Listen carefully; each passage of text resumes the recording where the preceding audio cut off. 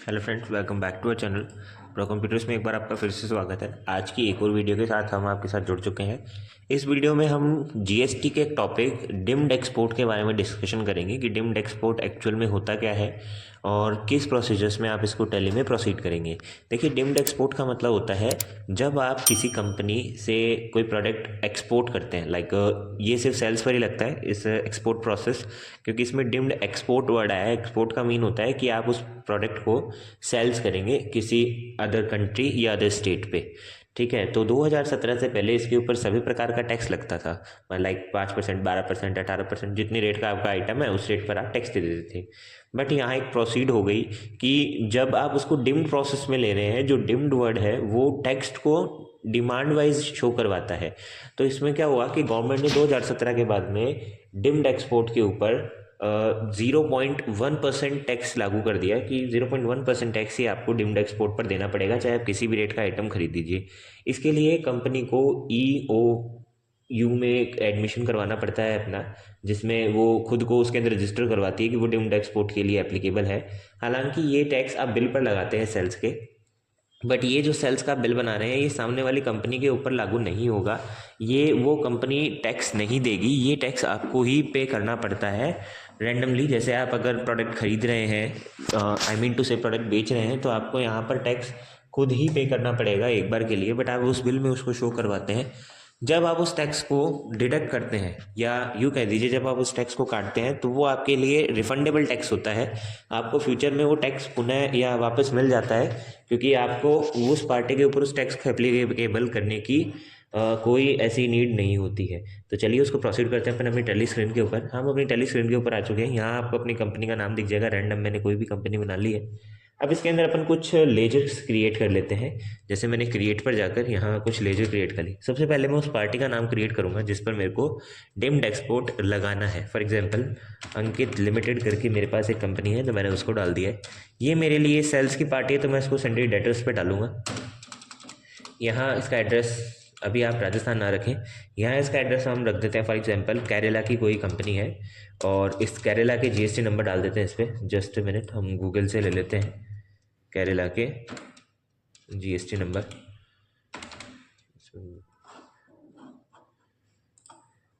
एक minute, sample GST number. ऐसी ही interesting video के लिए आप हमारे चैनल को ज़रूर सब्सक्राइब करें।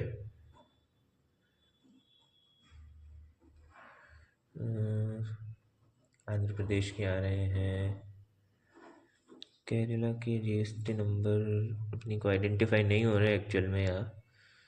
So just second.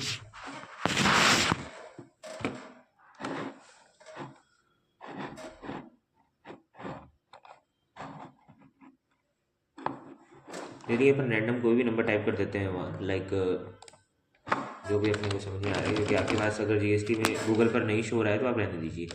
यहाँ आपको अपने जो सेट अल्टर जीएसटी डिटेल्स है इसके अंदर जाके आपको इसको यस करना पड़ेगा, और यहाँ से आपको रेगुलर डीलर है, फिलहाल अभी किसी ऑप्शन को नहीं छेड़ रहे हैं, यहाँ से आप ध्यान दीजिए आपको डिम्ड एक्सपोर्ट टैक्सेबल सेलेक्ट करवाना पड़ेगा, क्योंकि ये पार्टी डिम्ड एक्सपोर्ट के अंदर आती है। यहाँ आपके जीएसटी नंबर आ जाएंगे जो आपने डालने हैं, और फिलहाल किसी ऑप्शन को यस नहीं करेंगे। इस हिसाब से हमने अपना एक बिल बना लिया है। यहाँ पार्टी क्रिएट करने के बाद में हम देखते हैं क्या हमारी टैली के अंदर जो टैक्स है वो एप्लीकेबल है या नहीं है। आप देख पा रहे हैं हमारी कंपनी के अंदर टैक्स लगा हुआ है। अब आप इसको सिंपली एक्सेप्ट कर देंगे।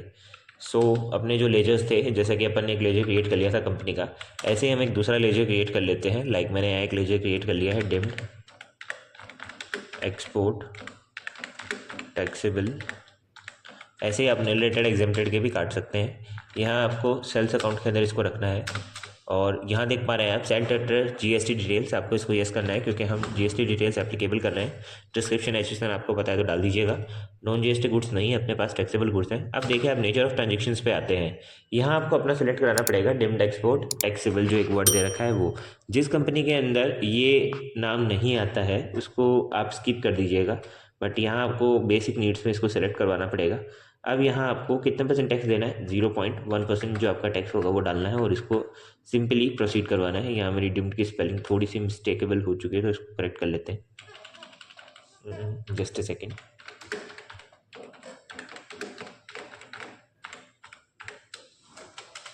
अब आप इसको एक्सेप्ट करवाएंगे यहाँ से, जो कि अपना फीचर्स था 0.1% टैक्स, और इसको एक्सेप्ट करवा देते हैं।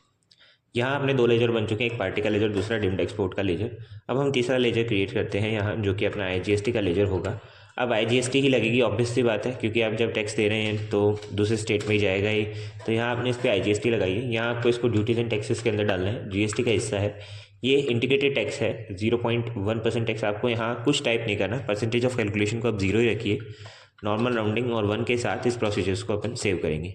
अगर आपने हमारे GST की बेसिक वीडियोस नहीं देखी हैं तो प्लीज़ आप हमारे चैनल पर विजिट कर GST की वीडियोस देखिए, ताकि आपको डिम्ड एक्सपोर्ट सीखना इजी हो जाए, और हमारे चैनल को शेयर करें ताकि और तक पहुंचना ही ईजी हो। इस हिसाब से हमने अपने लेजर्स क्रिएट कर लिए हैं। अब आप लोगों को सिंपली एक आइटम क्रिएट करना है, जिस आइटम में आप अपनी डील करेंगे। जैसे मैंने अपना आइटम बनाया फॉर एग्जाम्पल लैपटॉप। हम एक लैपटॉप ले लेते हैं और इसको हम NOS में डाल रहे हैं। यहाँ आपको सेंटर GST डिटेल्स में इसकी GST डालनी है। ये टैक्सेबल आइटम होगा तो हम इसको टैक्सेबल रखते हैं। फिलहाल जैसे 12% के अंदर ही जाता है, तो आपको इसको बेसिक रेट में ही डालना है। जो प्रोडक्ट जिस रेट में डालना है आपको उसी रेट पर डालना है, बट यहाँ 0.1% टैक्स ही कैलकुलेट करेगा।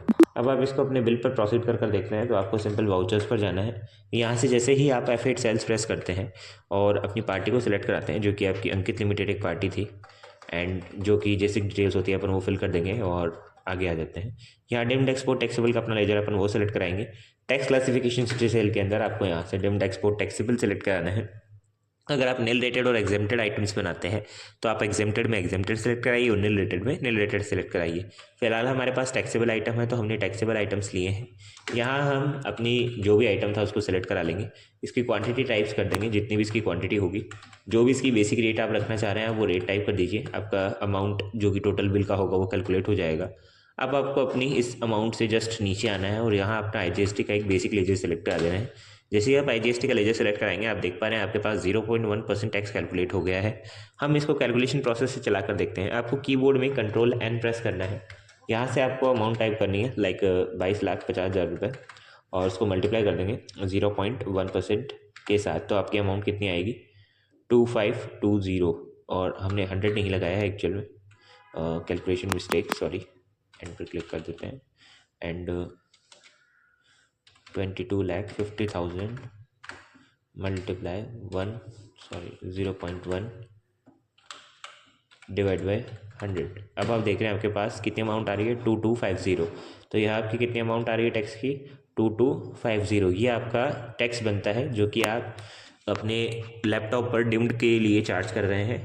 अब ये टैक्स देख पा रहे हैं आपके बिल अमाउंट के अंदर जुड़कर आ रहा है। आपका बिल था 22,50,000 रुपये का, जबकि आपने टैक्स जोड़ दिया है 2,250 रुपये का। तो आपकी टोटल अमाउंट बन गई 2,52,250 रुपये की। पर ये 2,250 रुपये ये अंकित नहीं देगा, ये आपको ही देना है। अंकित का टोटल अमाउंट सिर्फ इतना ही बनता है। ये आपके लिए एसेट्स है, ये आपको रिफंड हो जाएंगे फ्यूचर में। तो आप यहाँ एक एंट्री कर देंगे इसको रिफंड करने की। तो हम अपने बिल को सिंपली एक्सेप्ट करवा देते हैं एंड एक एडजस्टमेंट एंट्री करेंगे। आपको F7 पर जाना है और यहाँ से आप अपने अंकित लिमिटेड को सिलेक्ट कराएंगे। सॉरी, यहाँ अपन एक लेजर क्रिएट करेंगे। जैसे मैंने दे दिया डिम्ड एक्सपोर्ट टैक्स चार्जेस। आप इसको किसी भी नाम से बना सकते हैं, जो भी आपके लिए प्रेफर्ड रहे। इसको आपको करंट एसेट्स में डालना है, आपको ये फ्यूचर में मिलेगा। तो आप इसको एसेट्स बेसिस पर रखेंगे और जो भी फीचर्स हैं उसको फिलहाल नहीं छोड़ेंगे और एक्सेप्ट कर देंगे। जितने भी रुपए का आपका टैक्स बनता था आपको अमाउंट डालनी है। CR के अंदर आप अपनी पार्टी का नाम डालेंगे, जो भी आपकी पार्टी का नाम है। आप देख पा रहे हैं आपकी अमाउंट में से टोटल बिल आपका इतने रुपए का आ रहा है, बट आपको कितने रुपए निकालने हैं 2250। इस हिसाब से ये हमारी एडजस्टमेंट एंट्री हो गई। अब हम इसके आउटस्टैंडिंग चेक करते हैं कि इसका टोटल बिल कितना रिमेन बच रहा है। तो मैंने यहाँ से डिस्प्ले मोर रिपोर्ट्स पर जो स्टेटमेंट्स ऑफ अकाउंट आउटस्टैंडिंग और रिसीवेबल्स में जब मैं बिल चेक करता हूँ तो आप देख पा रहे हैं अंकित का रिमेनिंग अमाउंट, पेंडिंग अमाउंट कितना आ रहा है 22,50,000 रुपये का। तो ये इसका पेंडिंग अमाउंट आ रहा है। जो आपका 2,250 रुपये थे वो आपने अपने एसेट बेसिस पे रख लिए हैं।